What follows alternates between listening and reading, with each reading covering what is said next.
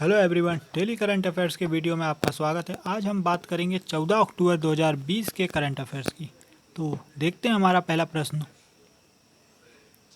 हमारा पहला प्रश्न है, हाल ही में किस राज्य सरकार ने जिला स्तर पर ओवरसाइट समितियों का गठन करने का निर्णय लिया?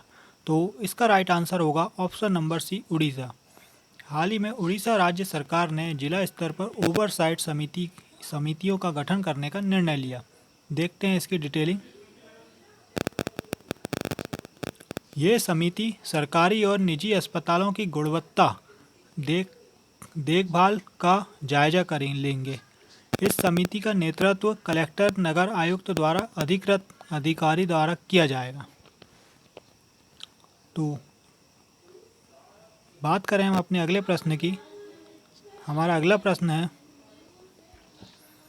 किस राज्य सरकार ने गांवों में 6000 धान क्रय केंद्र स्थापित करने का फैसला किया? तो इसका राइट आंसर होगा ऑप्शन नंबर ए, तेलंगाना। हाल ही में तेलंगाना सरकार ने गांवों में 6000 धान क्रय केंद्र स्थापित करने का फैसला किया। देखते हैं इसकी डिटेलिंग।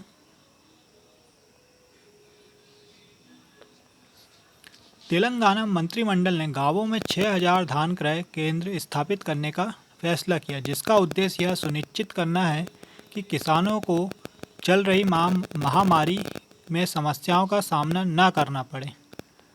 तो क्योंकि इसका उद्देश्य क्या है? किसानों को चल रही महामारी में समस्याओं का सामना न करना पड़े। बात करें अगर हम तेलंगाना की, तो तेलंगाना के सीएम हैं के चंद्रशेखर राव और राज्यपाल हैं तमिलिसाई सौंदरराजन, वहाँ के राज्यपाल हैं। हमारा अगला प्रश्न है, किस राज्य सरकार ने इंडिया पोस्ट के साथ समझौता किया?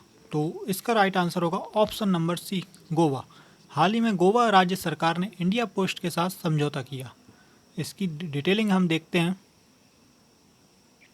गोवा सरकार ने 11,000 किसानों को पीएम किसान सम्मान निधि योजना में नामांकित करने के लिए पोस्टमैन नामांकन फॉर्म लेकर इन किसानों के घर जाएंगे और नामांकन करेंगे। इस तरह डाकिया का उपयोग किसानों को लाभ पहुंचाने के लिए किया जाएगा। बात करें हम अगर गोवा की, तो गोवा के सीएम हैं प्रमोद सावंत और राज्यपाल हैं भगत सिंह कोश्यारी, जो कि महाराष्ट्र के भी राज्यपाल हैं। हमारा अगला प्रश्न है, हाल ही में कार्लटन चैपमैन का निधन हो गया। वे किस खेल से अपना संबंध रखते थे? तो इसका राइट आंसर होगा option number A, footballer. Way footballer थे। ये आप इमेज में देख सकते हैं उनकी। हम देखते हैं इसकी डिटेलिंग। पूर्व भारतीय फुटबॉलर कप्तान कार्लटन चैपमैन का जन्म 13 अप्रैल 1971 को बेंगलुरु, कर्नाटका में हुआ था। बेंगलुरु की राजधानी कर्नाटका में हुआ था। वे 1997 में साउथ एशियाई फुटबॉल महासंघ का गोल्ड कप जीतने वाली भारतीय टीम के कप्तान थे। वे 1995 से 2001 के दौरान भारतीय टीम के प्रमुख मिडफील्डर थे। उन्होंने 2001 में फुटबॉल से संन्यास की घोषणा की थी। तो इन्होंने संन्यास कब लिया? 2001 में।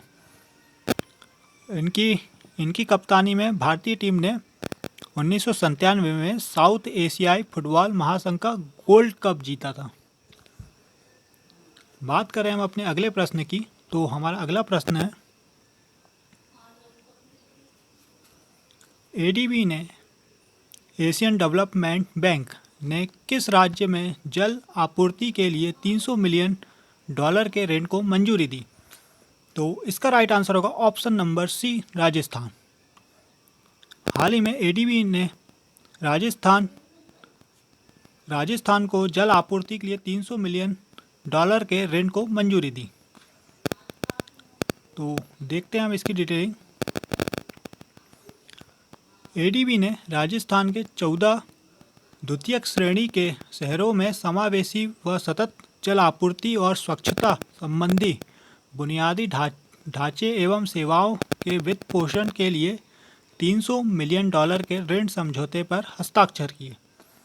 एडीबी की स्थापना हुई थी 19 दिसंबर 1966 में और इसका मुख्यालय है मांडलुक, फिलीपींस में, और इसके अध्यक्ष हैं मात्सुगु अस्कावा। इसके वर्तमान में अध्यक्ष हैं। हम अगर फिलीपींस की लोकेशन देखें, ये फिलीपींस, ये कई सारे द्वीपों में बटा हुआ है। साइड में इंडोनेशिया है, ये वियतनाम है और ये है फिलीपींस। ये आप देख सकते हैं फिलीपींस।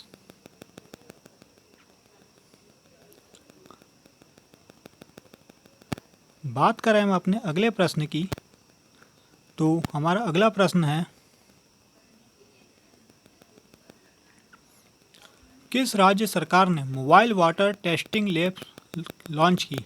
तो इसका राइट आंसर होगा ऑप्शन नंबर डी, हरियाणा। हाल ही में हरियाणा सरकार ने mobile water testing lab launch की। ये आप इमेज में देख सकते हैं, इस तरह से रहेगी ये मोबाइल वाटर टेस्टिंग लैब। इसकी बात करें हम इसकी डिटेलिंग की, तो हरियाणा सरकार ने पूरी तरह से मल्टी पैरामीटर प्रणाली से लैस एक mobile water testing laboratory van को हरी झंडी दिखाई, जिसमें पानी की गुणवत्ता की जांच करने के लिए विशेष सेंसर व जांच उपकरण लगाए गए हैं। पानी की गुणवत्ता को जांच करने के लिए लैब पानी के नमूनों की पीएच, क्षारीयता, टीडीएस, टोटल डिसोल्वड सॉलिड, जस्ता, नाइट्रेट, फ्लोराइड, सूक्ष्म जैविक परीक्षण जैसे विभिन्न जल गुणवत्ता मापदंडों को मापने में सक्षम है।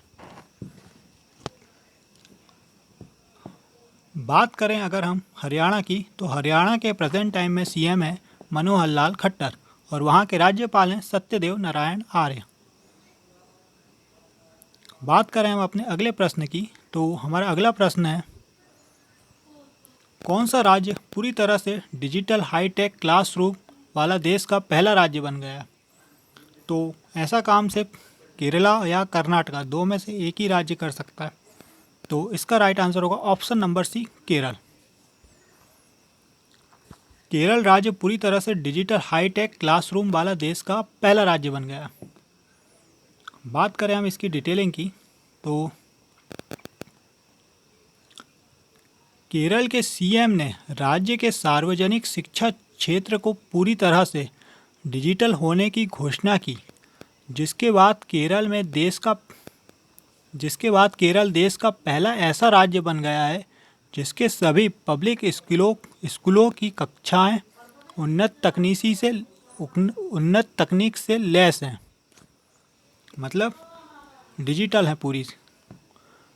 हाईटेक क्लास परियोजना कार्यक्रम 5 जुलाई 2019 को शुरू किया गया था।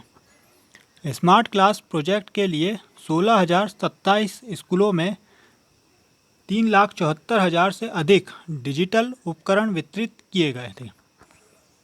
बात करें हम अगर केरला की, तो केरला के सीएम हैं पिनाराई विजयन और वहाँ के राज्यपाल हैं आरिफ मोहम्मद खान। अगला प्रश्न हमारा, हाल ही में किस राज्य के पर्यावरण मंत्री सीएम चेंग का कोविड-19 के कारण निधन हो गया? ये इसका राइट आंसर होगा option number A, Nagaland. Nagaland राज्य के पर्यावरण मंत्री सीएम चेंग का कोविड-19 के कारण निधन हो गया। ये आप इमेज में देख सकते हैं।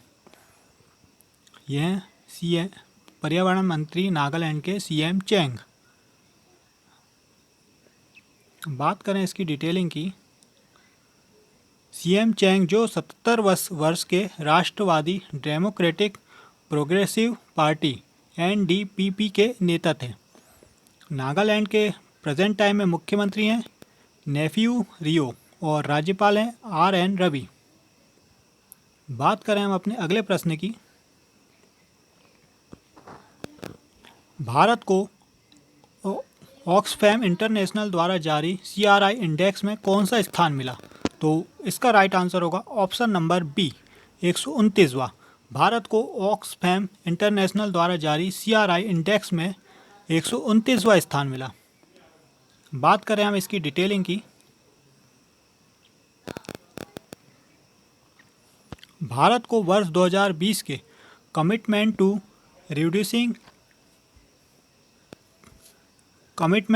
रिड्यूसिंग इनइक्वालिटी CRI इंडेक्स यानी असमानता घटाने की प्रतिबद्धता सूचकांक में 198 देशों में, कितने देशों में, 198 देश, 158 देशों में, 158 देशों में 129वें स्थान पर रखा गया है।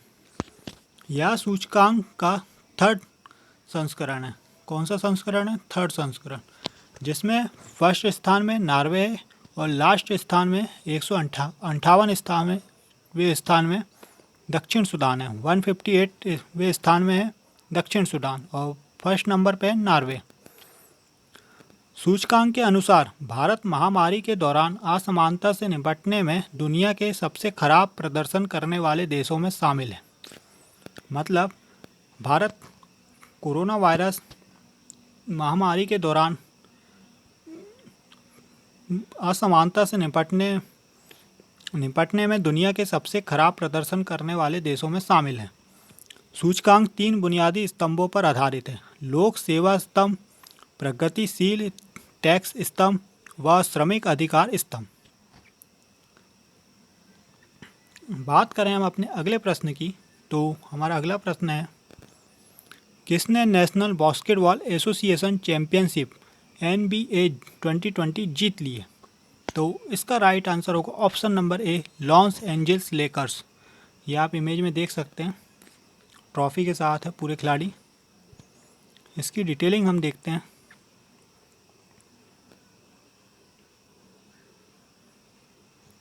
लॉस एंजल्स लेकर्स ने मियामी हीट को हराकर NBA चैंपियनशिप 2020 जीत ली है। किसको हरा के? मियामी हीट को। लॉस एंजल्स लेकर्स की ये 17वीं NBA खिताब है। नेशनल बास्केटबॉल एसोसिएशन चैंपियनशिप की स्थापना 6 जून 1946 को की गई थी। इसका हेडक्वार्टर कहाँ है? न्यूयॉर्क, USA में। बात करें हम अपने अगले प्रश्न की, तो हमारा अगला प्रश्न है, अंतर्राष्ट्रीय आपदा न्यूनीकरण दिवस कब मनाया जाता है? तो इसका राइट आंसर होगा ऑप्शन नंबर डी, 13 अक्टूबर को अंतर्राष्ट्रीय आपदा न्यूनीकरण दिवस मनाया गया। इसकी बात करें इसकी डिटेलिंग की, तो यह दिन जोखिम जागरूकता और आपदा में कमी की वैश्विक संस्कृति को बढ़ावा देने के लिए मनाया जाता है। इसकी शुरुआत संयुक्त राष्ट्र महासभा द्वारा 1989 में अंतर्राष्ट्रीय आपदा न्यूनीकरण दिवस मनाए जाने की शुरुआत की गई थी। तो मतलब पहला कब मनाया गया था? 1989 में।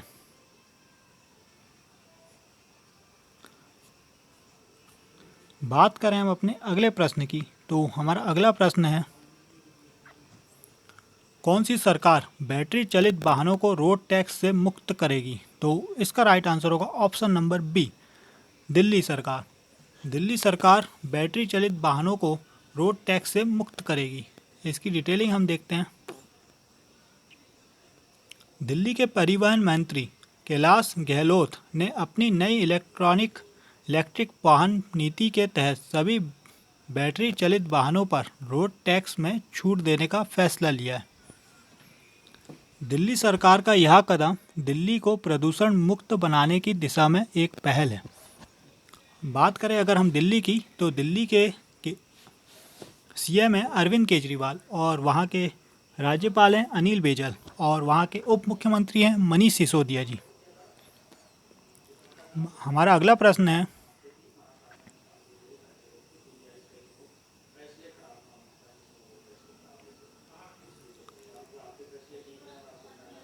फिनलैंड ने किसे एक दिन के लिए PM बनाया? तो इसका राइट आंसर होगा एवा मोर्टो। एवा मोर्टो को फिनलैंड ने एक दिन के लिए PM बनाया। ये आप उनकी इमेज देख सकते हैं। ये 16 वर्षीय हैं। क्यों बनाया? तो इसकी जानकारी देखते हैं हम।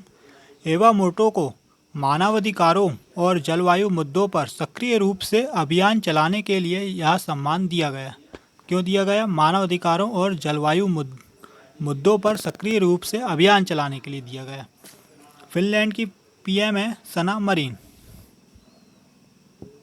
बात करें हम अपने अगले प्रश्न की, तो हमारा अगला प्रश्न है, किस पेमेंट बैंक ने मानव एटीएम शुरू किया? तो इसका राइट आंसर होगा option number C, Fino payment bank. Fino payment bank ने मानव एटीएम शुरू किया। हमारा अगला प्रश्न है, 12 अक्टूबर 2020 को अमेरिका के उप विदेश मंत्री जो भारत यात्रा पर दिल्ली पहुंचे, उनका नाम क्या है? तो इसका राइट आंसर होगा Stephen, option number B, Stephen Biegun, जो कि अमेरिका के उप विदेश मंत्री हैं। और माइक पॉम्पियो अमेरिका के रक्षा मंत्री हैं। तो दोस्तों आज के लिए बस इतना ही। वीडियो पसंद आए तो लाइक कीजिए, शेयर कीजिए, सब्सक्राइब कीजिए। जय हिंद दोस्तों।